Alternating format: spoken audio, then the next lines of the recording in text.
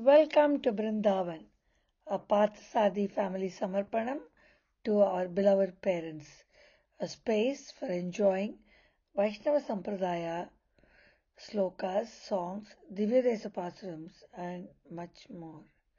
Namaskaram, Uttama Bhagavatas, welcoming you all to our Vishnu Sahasranamam, Slokam 90 in our Ayiram Namangal, Ayiram Gunangal series.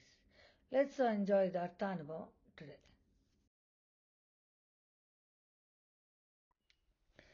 रामानुजदयापात्रं ज्ञानवैराग्यभूषणं श्रीमद्वेङ्कटनाथार्यं Vande वेदान्तदेशिकं श्रीशैलेशदयापात्रं दीपत्यादिगुणात्मकं यतीन्द्रप्रवणं Vande रम्यजामातरं मुनिम्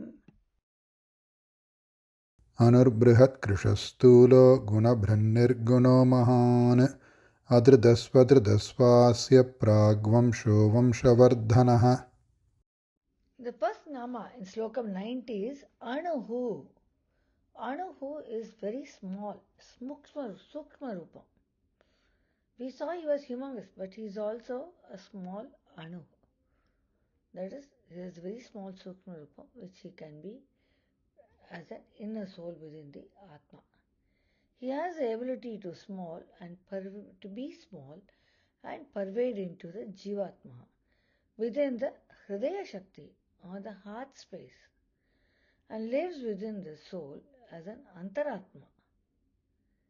The Atma he has is the Anima wealth. So that is a kind of nidhi that Bhagavan has. This is Anave. Nama is Anave Namaha. So we see here, in contrast, when we said he was humongous, now he is also becoming small. The Sukma Rupa. The second Nama is Brihat. This is again the opposite of Anuhu. He is huge and all pervasive, that even his huge Paramapadam can be held within his palm of the hand. He is bigger than the biggest. So he is Brihat. He is small, he is tiny, and he is also big. He can make himself into anything. That is Brihat. Nama is Brihate Namaha. The third Nama we see is Krushaha. And he is lighter than cotton or air, which makes him pervade even into the smallest of things without any obstruction. There is this famous story between Rukmani and Satyabhama when they wanted to see who was more lovable by him. They wanted to weigh Krishna on all of the jewels. So when they put all the jewels, Krishna was still heavy. But when they removed all that and put one tulasi leaf, the leaf went down, which made to show that Bhagavan is equivalent to, is so light. This guna or this attribute of his is known as Laghima. We saw how his Anushakti or his Shakti to become small is Anima. Now this is Laghima, his weight, his being light. Nama is Kushaya Namaha. You will now see Stulaha. This is the opposite of the first two namas, that is the Anur and the Krushaha, where we said he was slight and he was small. Now he is Stula, he is humongous. He is so expansive. When he took the Trivikrama Avataram, he just measured the whole of the earth with 1 foot and all of the sky with the second. So he is called humongous, or he is expansile, stulaha. Remaining in one place, he has the ability to touch anything in the world. We cannot touch anything more than 2 feet or 3 feet, which is close to our hand. But Bhagavan, he is Stulam, so he can go and touch anything. Therefore he can touch the moon staying on the earth. So that is what he really does during the Trivikrama Avatar. Two Pasurams from Divya Prabandham, which we will see, which talks about Perumal's Sthula form or his humongous form. There are many other references, but we'll just take two very interesting ones. Nammalvar Pasaram, Tiruvaimozhi 3.1.1, 11 sings about how Perumal spreads his legs and he jumps over the earth and touches the sky. Tal Parapi Mantavya Isanai Nil Puril Kurugur Chadagopan Sol Kedilayirathu Ippattum Vallavar Valvar Vazheidi Nyalam Pugalave. He says everybody in this world, they praise him for doing this.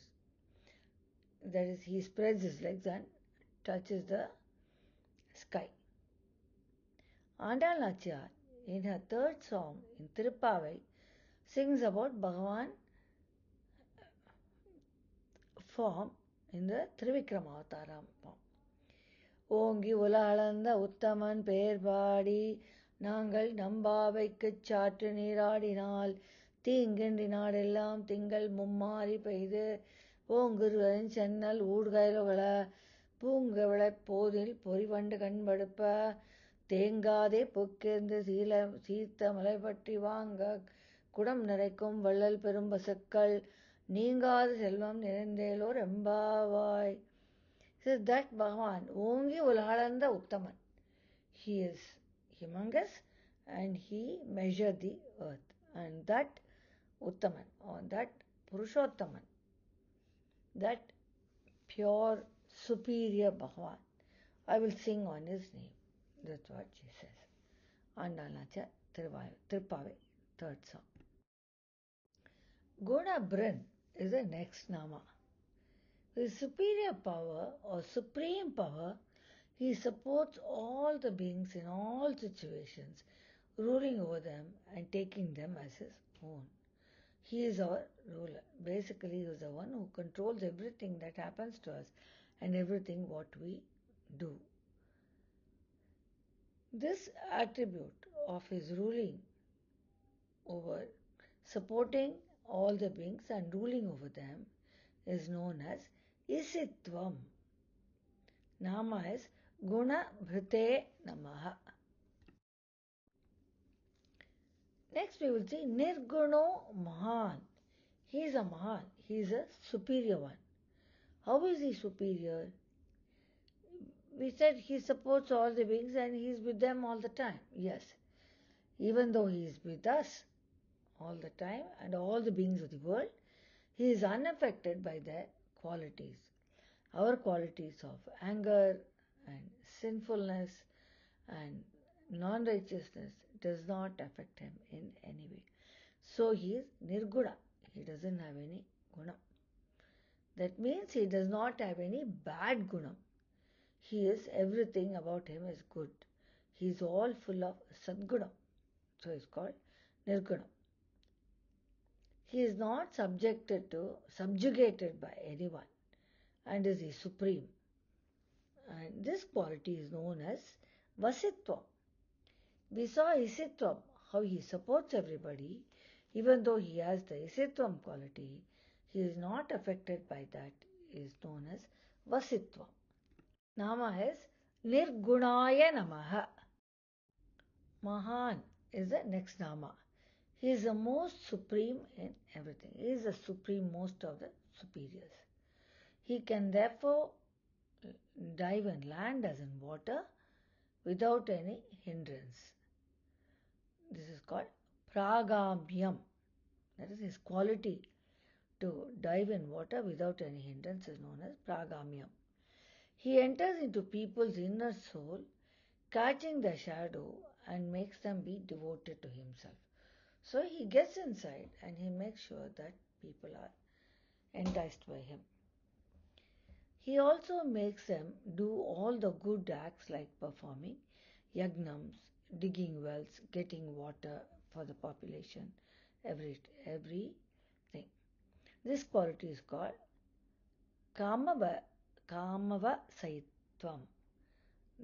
The quality is called Kamava Saitvam. This is Mahan. So he is a Mahate. Mahan is something who is superior.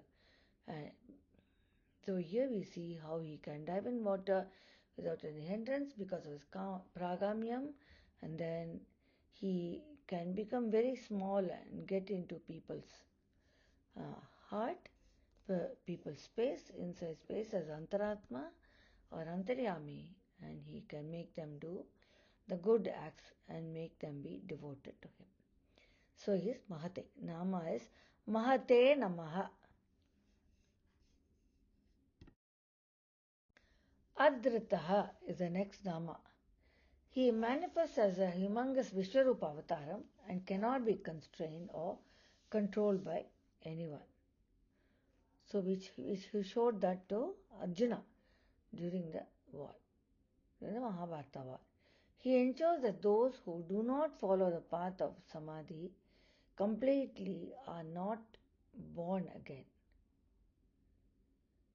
Again and again in this world with samsara bandham and are granted salvation and do eternal service at his lotus feet. Only things we have to be dedicated and do complete Sharanagati to Bhagavan. Even though he has the powers to make those who are in Paramapadam to be born again as Chetana or Achetana, he does not do that and retains them in Paramapadam with him due to his own volition. It is his own wish and his own sankalpam that he keeps them with him. Even though he can make them be born, he does not do that because of his affections towards them, and he enjoys them as much as they enjoy him. Nama is Adritaya Namaha. After Adrita, we see Sadrita. His power is natural to him and he does not depend on anything. So that is what differentiates between him and the other Baddhatmas or the bounded souls or even the Muktatmas or the liberated souls. That is why he is different. His power comes from his own. His greatness is not derived from anything like doing penance or yoga or anything like that, or continued worship as the sages do. His greatness is inbound. It is within himself. It is self-ascertained. So that is Swadritaha. Nama is Swadritaya Namaha. Swasyaha is the next Nama. He is the glorious Paramatma. He is always superior, pure, and unlike the Muktatmas, he is even superior to the Muktatmas. The Muktatmas were in the samsara bandham at some point or another repeatedly due to the ignorance and lack of knowledge. But once they understood him and they became devoted to him, they became Muktatmas. They got liberated. But he is not like this. He is, by himself, he is glorious. So he is Paramatma. He is superior to all the Atmas, the Baddhatma, the Jivatma, the Muktatma, whatever kind of Atma we talk about. Swasyaya Namaha is a Nama. Prag Vamshaha. Prag is the Nityasuri. Vamsham is the family or the lineage. He is the basis for the Nityasuri family. So he is Prag Vamshaha. They are Nityasuris because of his sankalpam. He has made a sankalpam that, and he has made his decision that they will be Nityasuris. They are Nityasuris due to his volition, not by their own acts of any, whatever they have done. Nama is Pragvamshaya Namaha. But so he again and again is proven that he is superior, most of the superior. Vamshavardhanaha. He expands the lineage. He is the one who expands the lineage. He expands the Nityasuri lineage and increase their wanting to do Kaikaryam to him, Bhagavan. He expands all the three type of Atmas, which I already previously said. The Baddhatmas, the Jivas, and the Muktatmas, and the liberated souls, and the Nityasuris. He is the one who expands their Vamsha or their lineage. So he is Vamshavardhanaya Namaha is a Nama. To summarize, Slokam 90, he is very minute, Sukshma Rupam, as an Anu. And this ability to be small is called Anima. And he can pervade within the Jiva space or the heart space, Hridaya Shakti, and control everything within. He is huge and all pervasive, and even the transcendental Paramapadam seems very small and can fit into his and can be held by him in his palm. He is lighter than cotton or air, which makes him pervade even the smallest of smallest things without any obstruction. This is called Lahima. He is humongous and remaining in one place. He has the ability to touch anything in the world. So during the Trivikram Avataram, standing on the earth, he was able to raise his feet all the way to the sky. With his supreme power, he supports all beings in all situations, ruling over them, taking them as his own. This quality is known as, this guna is known as Isitva. Even though he is within the beings of the world, he is unaffected by the qualities and is not subjugated by anyone. He cannot be subjugated by anyone and is supreme. This is called Vasitva. Even if he is among all the dirt and the sins, nothing affects him. So he is not tainted by any of that. He manifests as a humongous Vishwarupa Avataram and cannot be constrained or controlled by anyone. His power is natural to him and is not dependent on anything. This quality makes him different from the Baddhatmas or the bounded souls and the Muktatmas who are the liberated ones. And makes him the glorious Paramatma. He is always superior, unlike the Muktatmas who were in the samsara bandham at some point in the past. He is a basis for the Nityasuri family and he expands their family. He decides the Nityasuri family and makes them Nityasuris due to his own Sankalpam and volition. He expands the Nityasuri lineage and increases their wanting to do more Kaikaryam to Bhagavan. He expands all the three types of Atmas, both the Baddhatmas, Muktatmas and the Nityasuris. So he is Vamshavardhanaha. This brings us to end of Slokam 90. See you all at 91.